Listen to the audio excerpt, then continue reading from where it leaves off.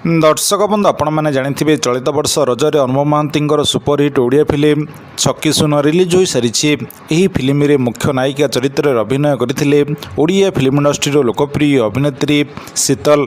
दर्शक बंधु आपण मैंने जानी कि शीतल छक्की सुन फिल्म रे अभिनय करने केते टंका नहीं। दर्शक बंधु आपण मैंने जानवा चाहते शीतल छक्की सुन फिल्म केते टंका नहीं तेबे यही भिडियोटी को शेष पर्यंत देखंतु।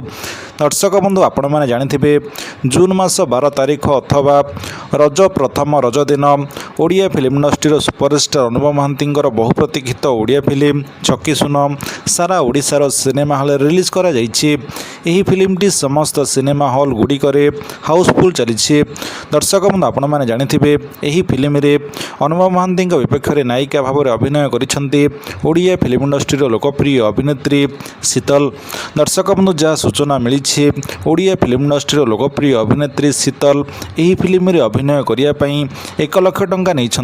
कारण दर्शक बंधु आपण मैंने जानी छक्की सुन फिल्म रे शीतलंकर गोटे मात्र सीन रही। यही गोटे सीन पई शीतल पाखापाखि 1 लाख टंका नहीं।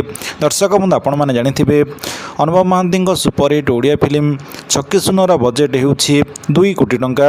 यही फिल्म रे अनुपम महांती पाखापाखि 40 रु 50 लाख टंका नहीं। दर्शक बंधु आपण मानकु चलित वर्ष रजरे रिलीज होइथिबा बहुप्रतीक्षित ओडिया फिल्म छक्की सुन देखिया केमिति लागिला आपण माने हमकु कमेंट माध्यम रे जणांतु। एही भली प्रतिदिन ओडिया फिल्म एवं सीरियल दुनिया विषय रे नुआ नुआ खबर जानिबा पई आपण माने हमर एही यूट्यूब चैनल हॉलीवुड गॉसिप को सब्सक्राइब करंतु। जहा फल रे आपण माने प्रतिदिन सकाळे एवं संध्या रे ओडिया फिल्म इंडस्ट्री विषय रे नुआ नुआ खबर सर्वप्रथमे जानि परिबे।